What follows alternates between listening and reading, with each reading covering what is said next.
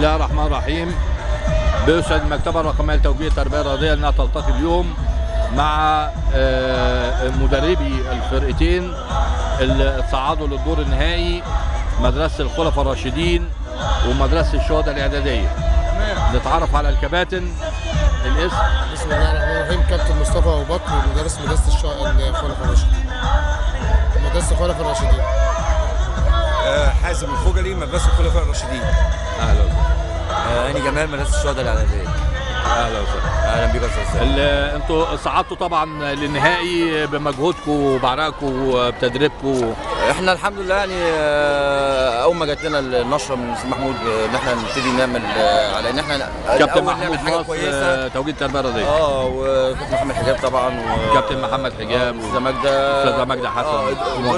قدرنا الوضع ان احنا نبتدي نعمل الاول بعيد عن فرقتنا احنا او فرقه كابتن حازم، احنا نعمل حاجه كويسه تمام نقدمها، نحاول نطلع اولاد كويسين، نحاول نبص على الاولاد، نحاول نجمع منتخب كويس الاسماعيليه. ده الغرض الاساسي تمام من البطوله. يعني العمليه مش عمليه صراع يعني. لا لا لا لا، عمليه ان احنا عايزين نطلع موهبه 2 3 اظهار المواهب نشوف مواهب مدفونه كتيره هنا، يعني ناحيه تاني موضوع ان المدرسه بتطلع موهبه او 2 نقدر نستفيد باذن الله، يروح نادي كويس، يروح منتخب. ما في امثله كتيره يعني ماهر محمدي، ما هو طالع من المدرسه المصريه والله.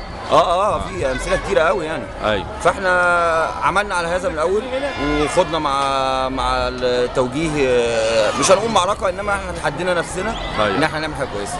وطلعنا الفردان وطلعنا كذا وطلعنا حتت كتيره عشان نحاول نلاقي موهبه او 2 نستفيد بيها. اما عن البطوله فبفضل الله يعني وكابتن حازم طبعا يشهد على كده، مدرسته ما شاء الله عليها، اولادهم يعني يستاهلوا ان هم يوصلوا النهائي. لعيبه كويسه وكلهم بيلعبوا في معظمهم بيلعبوا في انديه، وفي منهم مواهب تستاهل انها تروح انديه.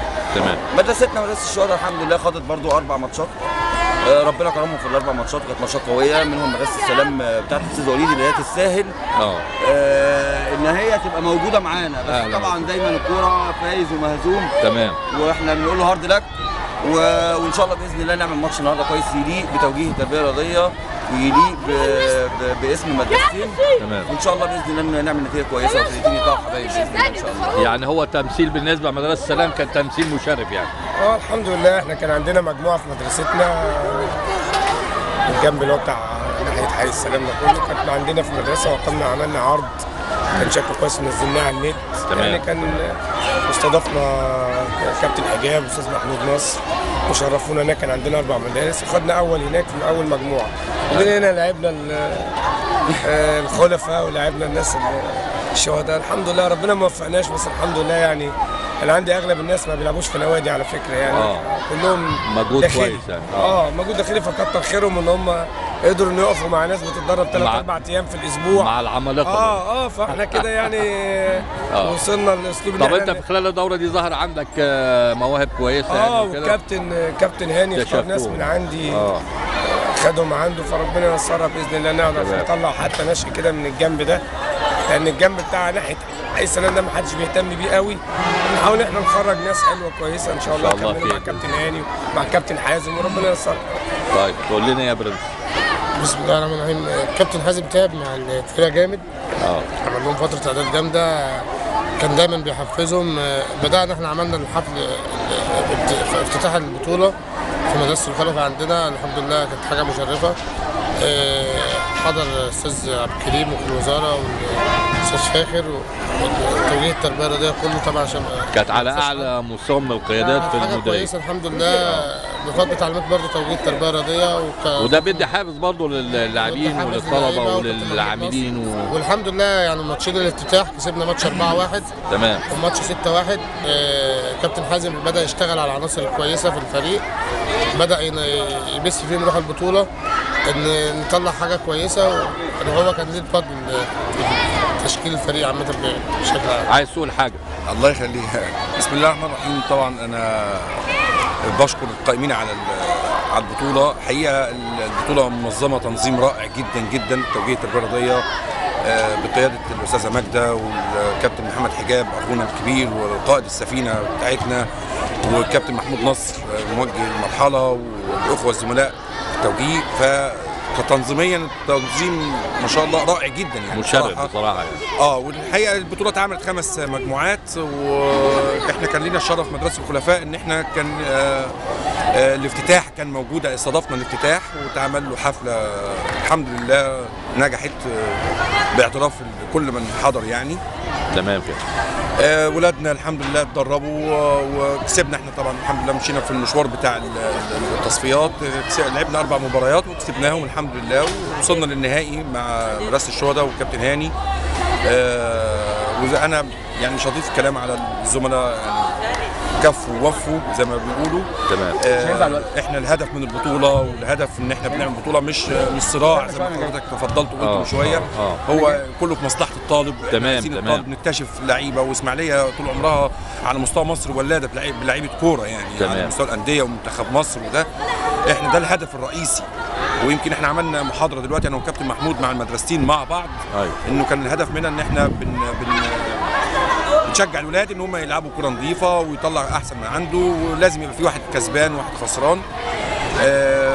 من دلوقتي بنقول للفايز مبروك والخسران هارد لك. وزي ما قلت لحضرتك احنا الهدف الرئيسي هو الطالب وليس تمام. الصراع. طيب بالنسبه للفريق اللي بيفوز بالمركز الاول ده نظامه ايه بعد كده؟ ده ان شاء الله اللي هيفوز بالمركز الاول هو دلوقتي التوجيه عمل ادارات، في اداره الشمال واداره الجنوب واداره تقريبا القنطره. تمام. هيبقى يوم 17 ان شاء الله، كل الاول من كل اداره هيبقى في لقاء 17 12 ولا نعم. 17 واحد؟ 17 واحد. هيبقى في لقاء بين الادارات بعد الاول من كل اداره. نعم، الاول من كل اداره. تمام. بحيث يطلع الاول على مستوى الاسماعيليه كلها باذن رب الكريم. تمام.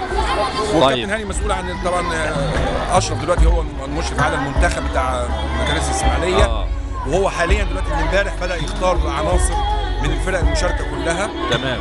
وده هيتم برضو مع حتى في تصفيات الاداره باذن الله، عشان يطلع في الاخر منتخب يليق بالاسماعيليه ان شاء الله. طيب بالنسبه للتصفيات بقى في المكان الجميل ده، تقدر تقول لنا يا انطباعك؟ لا بصراحه احنا المكان ده طبعا المكان ده يعني مسهل حاجات كتير جدا. واساسا السنه دي تحديدا السنه دي لما اتعمل البطوله نظام معين ان انت ما جبتش 25 فرقه في مكان واحد. انت قسمتها مجاميع الاول. تمام. ولعبوا الولاد لغايه لما سجينا صفينا هنا. وطبعا الملعب اللي احنا بنلعب عليه ده ساعد الولاد كتير يعني اقل اصابات. لا هو ملعب جميل جدا يعني بصراحه يعني. لو خدت الملعب يعني احنا شايفين كابتن حجاب برضه مشرفنا النهارده. اهلا حبيب قلبي. مش تقول لي انك هنا يا عم. مش تقول لك هنا. انت كمل يا ريس، كمل مع الرجاله بتوعك. ايوه. الملعب الميزه اللي فيه ده طبعا نمره واحد انه بيقلل الاصابات، لان الولاد لعبوا كانوا بيلعبوا على اسفلت وبيلعبوا على رمله.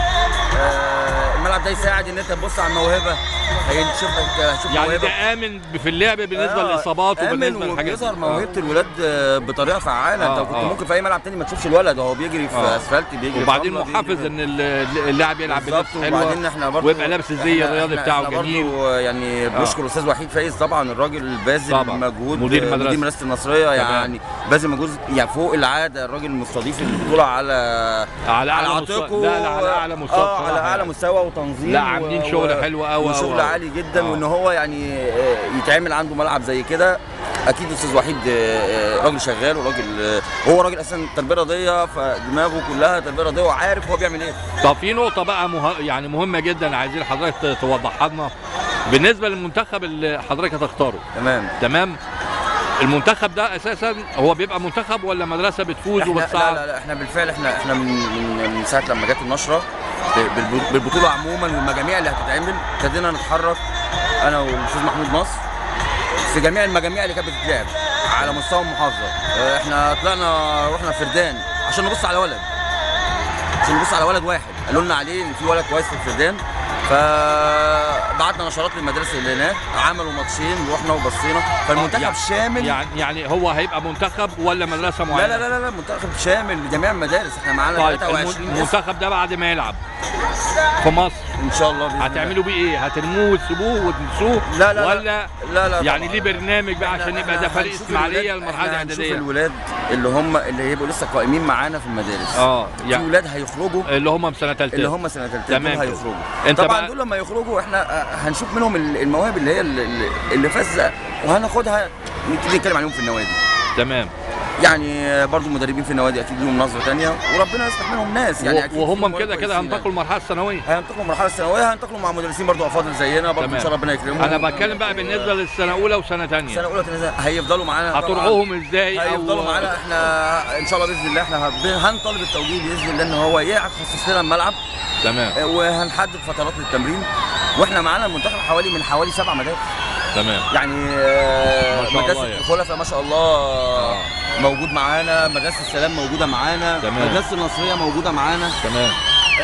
مدرسه ابو فوده الفردان موجود معانا ما شاء الله. واحد منهم. مدرسه بلال بن رباح كيلو 2 معانا 2 منهم. فاحنا عاملين منتخب شامل ومدينا الفرصه لجميع الناس وبصينا على كل الناس. ما هو ده امل مصر يعني. احنا بصينا على كل الناس. ده شباب مصر امل مصر. بعد التدريب اهو بيبقى العدد كبير، هو جمع عدد كبير وبعد كده يبدا ينتقي منه بقى الافضل. تمام. بنسبه 100%. تمام. يبدا يجمع له اكتر من 30 35. تمام. وبعد كده نبدا ننتقي منهم كابتن حازم كابتن هاني، ينتقي منهم الافضل اللي هو للفريق الكبير. لا شاكرين لكم هذا اللقاء الجميل المثمر والممتع مع مدرسي التربيه الرياضيه ومع المدرب الكبير بتاع المنتخب. يا استاذ اسامه ونبارك لك وربنا يديك الصحه، ودايما لممنا كده حواليك ولم ولادك حواليك وربنا يديك الصحه وكل سنه وحضرتك طيب. جزاك الله خير، متشكرين جدا يا استاذ اسامه وربنا يبارك لك ويديك الصحه حبيبي. شاكرين جدا. شرفتونا. ماشي يا فندم. الف شكر.